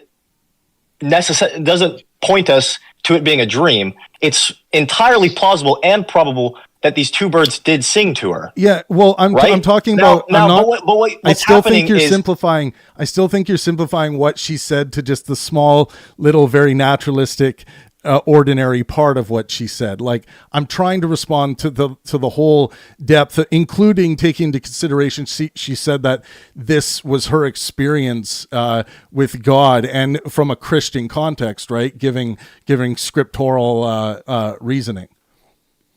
Something but what I'm saying is your Occam's razor, you're applying the Occam's razor more to the agency side rather than the fact of the matter side, right? You're using the fact that the agency side, that you're Occam's razoring the agency side, and then applying that Occam's razor to the fact of the matter side as well. Because you think that the agency side is not very plausible. I mean, I understand your critique, and it's a decent critique. What I felt like I was doing was applying Occam's razor to the entire scope. That's what I tried to do, and that was what I attempted. But Perry, what do you think? Also, why, and maybe I'm misinterpreting how you're applying agency here, but the birds singing, why do we have to assume agency? It seems though if we're going to apply Occam's razor, the bird singing could be had without the agency. That's what I'm saying as well. What I'm saying, this is what I'm saying. So if we ignore the agency part of it right now, like, the agency part of it is that it could have been a message from God. Like, it could have been God speaking to a star, right? But that's a different point than just the matter of the fact that the birds can sing. And the fact that songbirds sing and might sing, like, in close proximity to another person is, like, a very, like, reasonable matter of fact. So if we just look at the fact of the birds singing, like, that seems completely reasonable to me to take as like I don't have to put that into extreme question that, oh, maybe she was dreaming it, or because it appears to be very reasonable.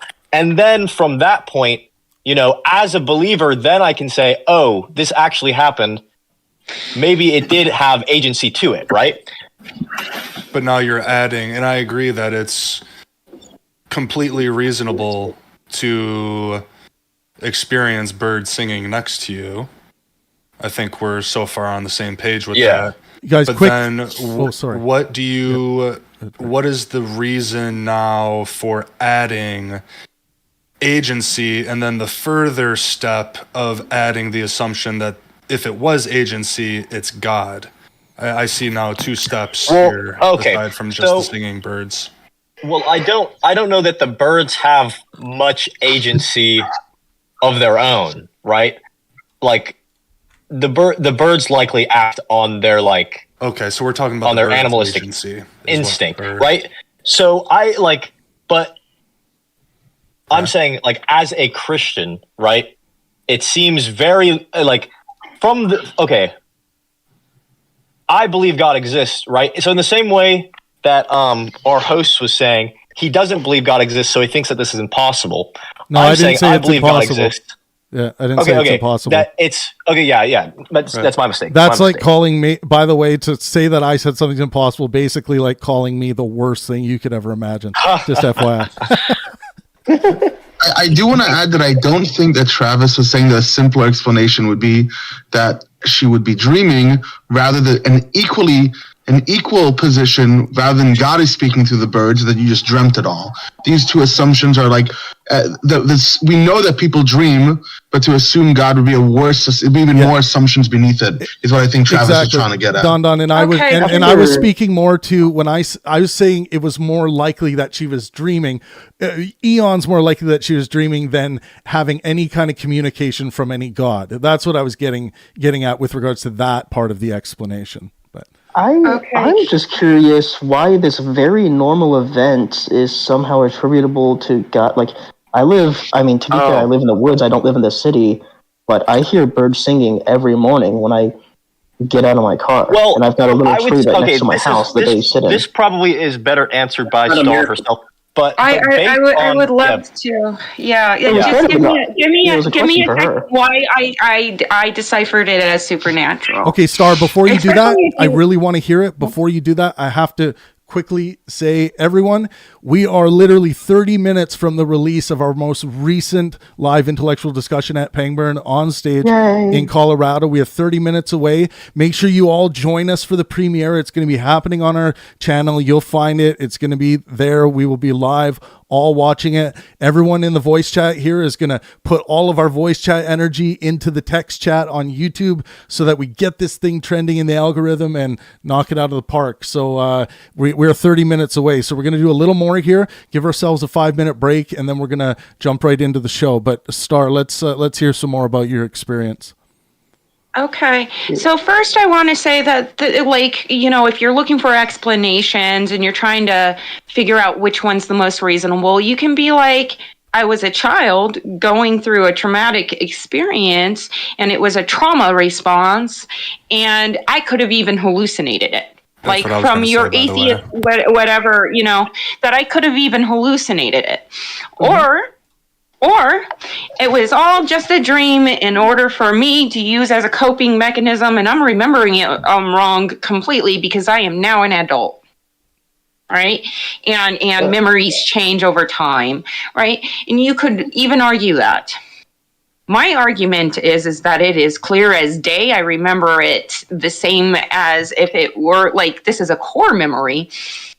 But on top of that, it was the middle of the night with diurnal birds for multiple hours that were unnaturally, like they were wild and yet unnaturally close to me, comforting me and staying with me an entire night. And then I wake up in the morning and the air is still there. It is not, this was a morning experience. It is like the evening before, all me yelling at God, then these things, like it went on for hours.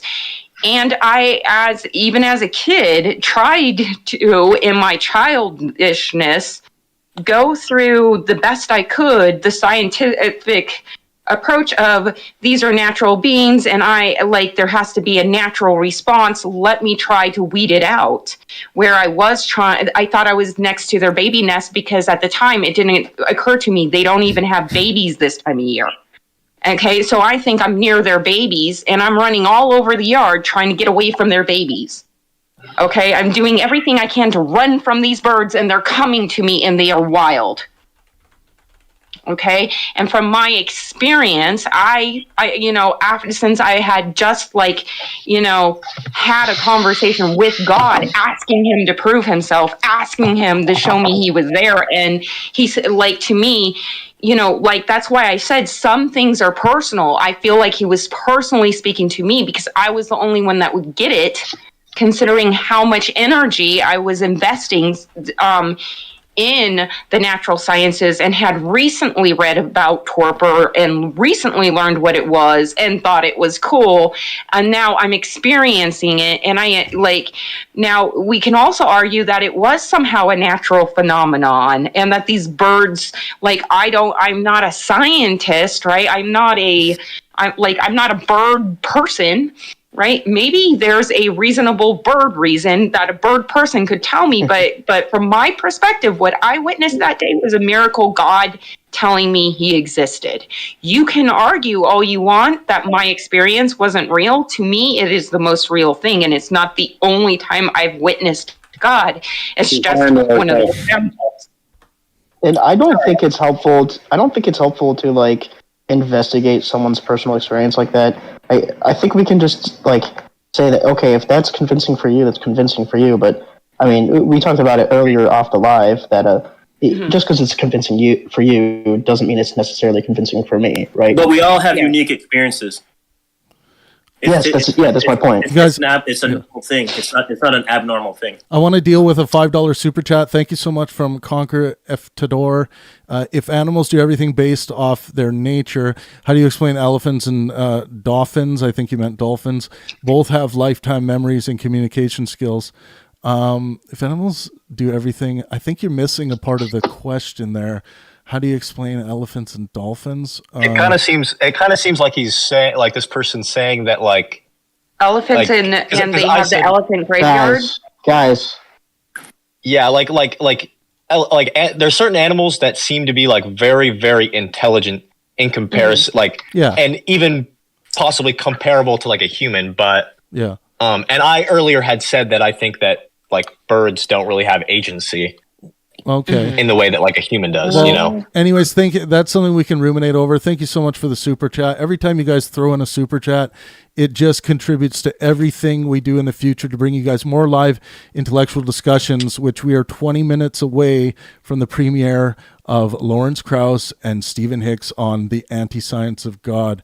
Did anyone have anything to add to Star's experience here? Are we ready to throw a lid on that, or whatever, or at least for now? Anyone? I just have a comment I'd like to make about it. Maybe not directly challenge it. Go ahead, Don. Yeah. I remember when I used to be a more religious person, there would be a lot of things that I would interpret as religious revelation. And a lot of situations, especially when I would feel hopeless or that I would need something, I would interpret. I would remember a story when I was at summer camp one time. And I was reading this book that I wasn't supposed to be reading. It was too mystical and too esoteric. And that same night, I snuck into the kitchen to cook myself a burger.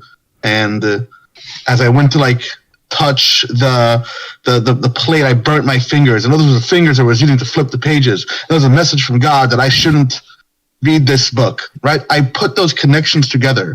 Well, all the facts were things that have happened to me. It's the connection of those facts and our brain being very creative and doing what is called apophenia, which is the same thing that we do when we look at clouds. We see a cloud and it has a resembling shape to it, and we don't say, oh, I'm interpreting that to be an elephant.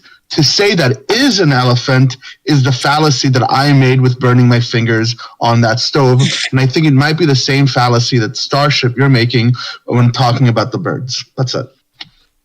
Okay. Could I just say real quick, right? Like it's a little different because if I look at a cloud and I say that's an elephant, I'm not literally saying it's an elephant. I'm saying it appears to look like an elephant. It has like a similar image to an elephant, but I'm not saying that it is literally an elephant, right? And so it is true that we might some series of events might happen, and it is possible that we could falsely interpret it as having agency when there isn't any, but that doesn't mean that it couldn't have actually had agency, especially if I believe that God exists. Then it is perfectly reasonable that God could use something as simple as me burning my finger to send me a message or to push me in the right direction, right? But it's not like that disproves agency altogether, No, but it's worth considering that your mind plays tricks on you. Pretty easily. Yeah. We're very fallible I think what you're trying to say is there are people that consider, oh, that's my lucky number, right? And they go out and they see it as a sign to go and buy a lottery ticket. And then when they don't buy the or when they don't win the lottery, they see it as a sign of, well, something else, right? And because they're trying to read too much into things, right? My argument is when things are out of nature that are, not like, I understand to you, like, I literally brought up that someone brain dead for, like, because I'm an epileptic. I've spent plenty of times in hospitals, and I literally witnessed an event in which, like, and that's an even bigger story, and we I don't want to waste your time but it literally culminated in a person that was brain dead for a month with no higher brain function, wakes up after the Holy Spirit tells me to pray over her. So I pray over her, she wakes up. Okay, and you're like, oh yeah, that's not a miracle. If you can't see how I might see that as a miracle, me and you will never agree on anything, because no one has experiences like that. That is so rare. That's like hitting the freaking lottery. Yeah. No, I think what you hit the nail on the head there is that, like, if it was, divine revelation from God, a miracle to you, right? Mm-hmm. Like, and I believe it. I agree with you. I believe it was, but if it was a message to you, that doesn't, like, it is entirely possible. Like, someone, like any of these people here, can come along and try and poke holes in it and say, like it doesn't seem like that would convince me, or it's not convincing to me right now. But that it wasn't to them, it was to you. And they're like, so not all miracles are for everyone. Because I mean, but there are some that are, like, for example, the miracle of Jesus Christ resurrecting from the dead is a miracle for everyone, right? Yeah. And, like, some people might still reject it.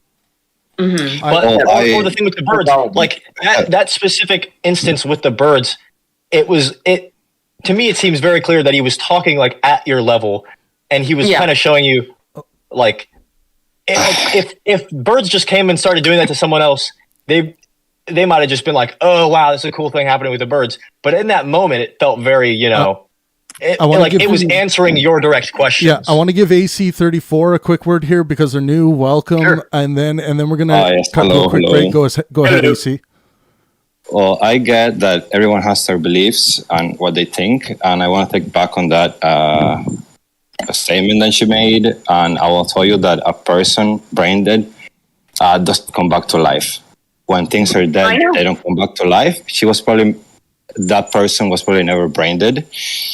And it was in a deep coma for 8 months, but it's a fact proven by science that dead things don't come back to life. And brain dead is different. Brain dead is different from dead, is it not?